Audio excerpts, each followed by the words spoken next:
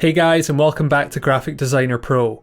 In this video we're going to show you how to create some interesting looking inline text in Adobe Illustrator.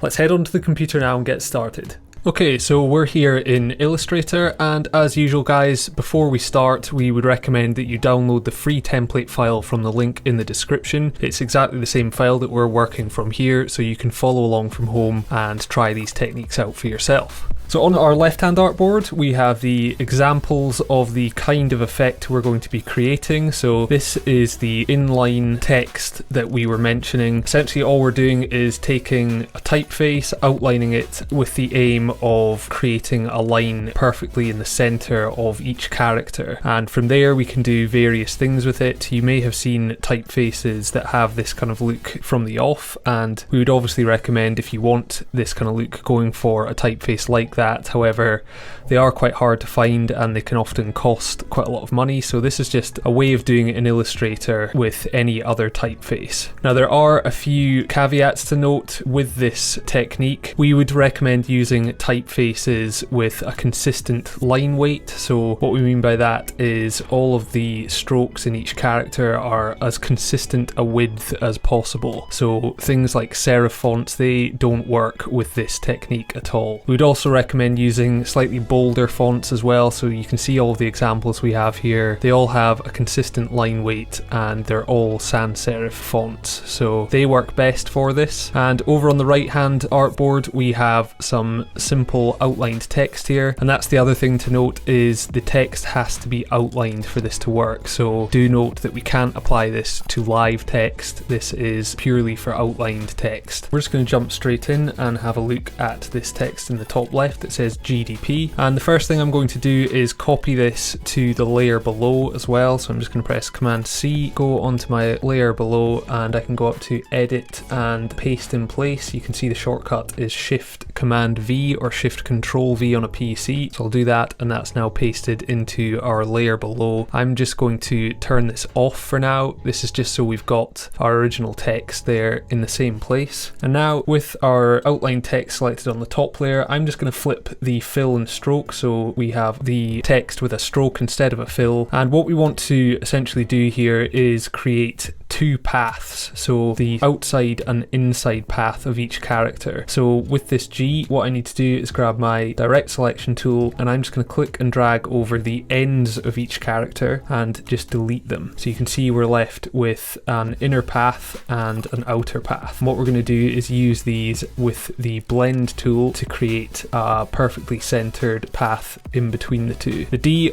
obviously doesn't have an end point, if you will, so this is already set up fine. And the P, all I'm going to do here is delete the bottom portion of this. Now with my selection tool, I'm just going to select all of this, right click and ungroup it, and then I want to right click again and make sure I release the compound path. So what that means is that each of these paths are now their own object, and we can start creating our inline paths now. So I'm just going to click and drag over our two paths for the G here, go up to Object, Blend and Make, and you can see this is already creating the desired effect. We've got this line sitting perfectly between our outside and inside paths. We'll select the two paths for the letter D now and do the same, and this has worked well also. Now the P is slightly more tricky. The way we need to think about this is treat each section of the character as its own thing. So we essentially have the top section here, which is almost making a smaller D, and then we have the leg of the P coming down from there. So what I'm going to do is just grab my line segment tool, and I'm just going to join up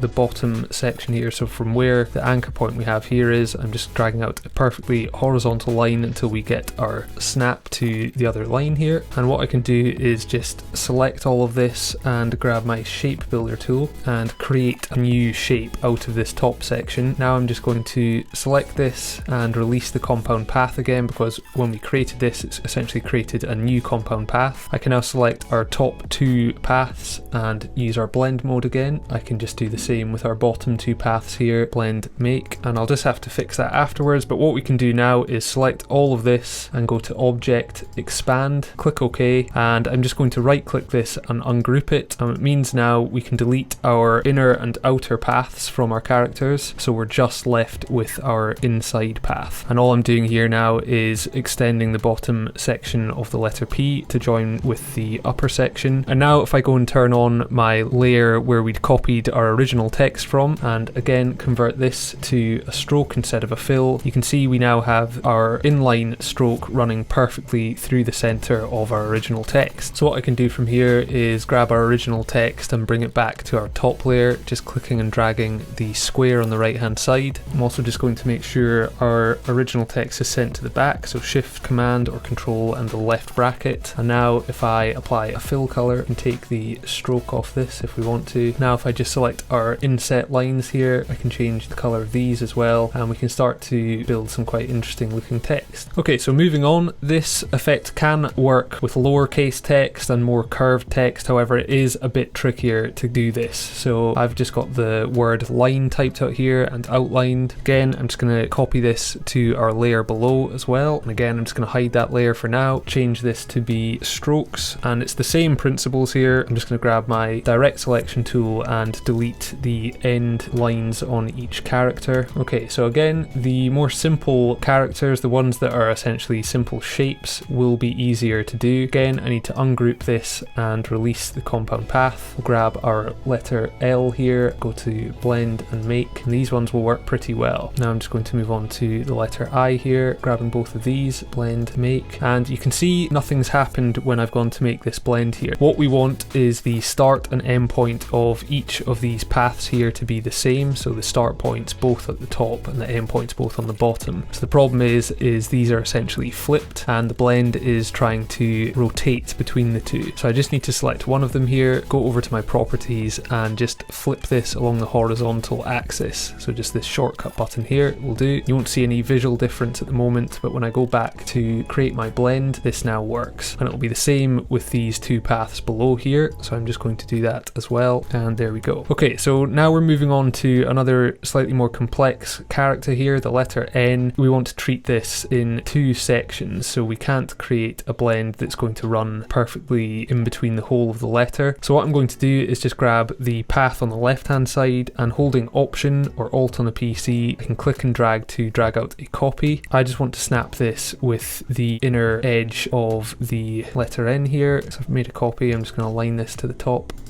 And I can create a blend between the left hand section of the letter N here in the same way that we've looked at. Now I can grab the section and try the same. It's always worth just selecting these and just attempting to make the blend. This has worked pretty well. We can always go and adjust the line afterwards when we expand it, so we'll leave this for now. Again, the letter E is another one where we're going to have to essentially split this up. So like we looked at with when we did the letter P in our last example, I'm just going to create a horizontal line across here. I'll select everything and grab my shape builder tool, so Shift M, create a new shape out of the top section and make sure I release the compound path again. I can select both of these shapes, go to Object, Blend and Make, and then we want to do the bottom section as well, and again I can just join this up afterwards. So I'm going to select all of this again, and we're just going to go to Object, Expand, make sure all these are checked, click OK, and I can just ungroup this again, and it's the exact same process. I just want to delete all of the outer and inner paths again. Okay, so you can see here with this N we have an elongated section here, but I can just grab my direct selection tool and simply delete that. Now this is where this is tricky as well. We aren't able to accurately join up these two paths, so in this example I'm just going to leave these separated. I think this gives a nicer look anyway, but otherwise you could use your pen tool and try and join this up yourself just based on the flow of the letter N that you have. For this example, like I say, we're just going to leave these separate. Okay, moving on. And these look both pretty straight at either end, so again I'm just going to grab my line segment tool, go from one path to the other, and what I'm going to do here is actually make a bit of a gap between the horizontal line and where it joins here. So to do that I'm just going to grab my add anchor point tool, and I'm just going to click an anchor point. It doesn't really matter where, we can always adjust it afterwards. Grab my direct selection tool and drag over the area between and just hit delete. What I can now do is click over the two anchor points here and just press Command J J or Control J on a PC to join that, and the same with the 2 anchor points below. It just means we now have a single path running in the center of our character. So again, going back over to layers, we can turn on our layer below. We'll bring this back up to the top layer and send it to the back. And again, I'm just going to flip this to be a stroke as well. And you can see yet again, we're getting this perfectly centered path in the middle of our characters. Now what I'm going to do in this example is just bring our paths in a bit, so you can be a little bit more precise than I'm probably going to be here, but I'm just going to drag these down slightly so they're not going to the very edges.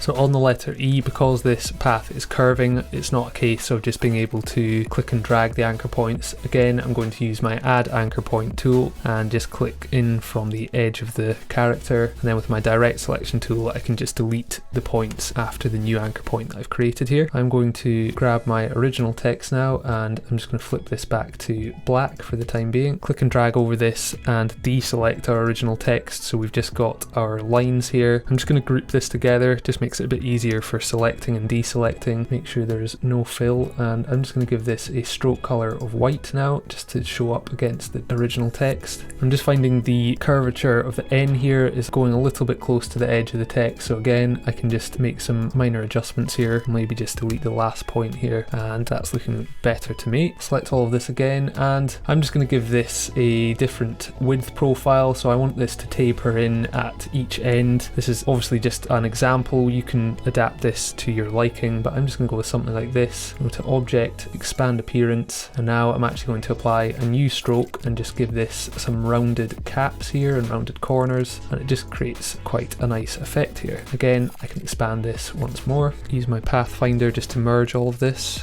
And that's another example of creating some inline text here with some slightly more complex characters. Now the last example I'm going to look at is creating a chiseled effect like the example we have on the left hand side here. Now again, this works better with simple characters made up of simple shapes. So I've basically selected 3 of the most simple characters in the alphabet. So this is going to be a nice easy one to recreate. So it's the same process. I'm going to copy this text to the layer below and turn that layer off for now. Go back up to our original layer, turn this to a stroke instead of a fill. Again, I'm just going to delete the end points of each of these. Again, I'm just going to select all of this, ungroup it, release the compound path, and use my blend tool just to create our inner lines here. Again, with the letter I, I'm going to have to flip one of these lines, so I'm going to choose the right line, flip along the horizontal axis, and then create my blend. Now the T is another one where we have to essentially create 2 separate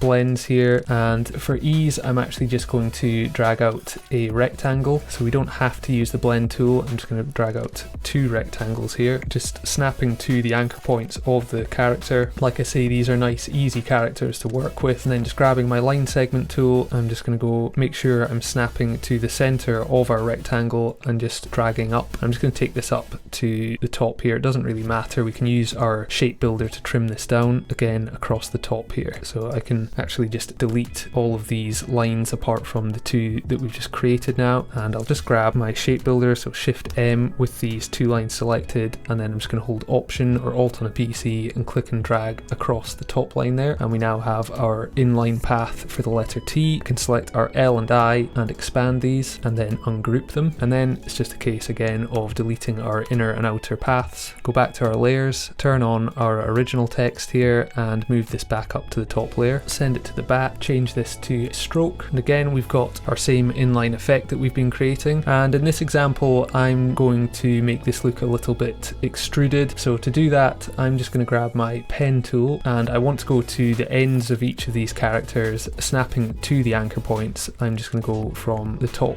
left to this middle inline path that we've created, and then back down to the top right, and then I'm just going to press escape. With my selection tool I can actually just hold Option or Alt on a PC and click and drag some duplicates of this out. Just rotating, holding Shift, I can then place this along the rest of our paths here.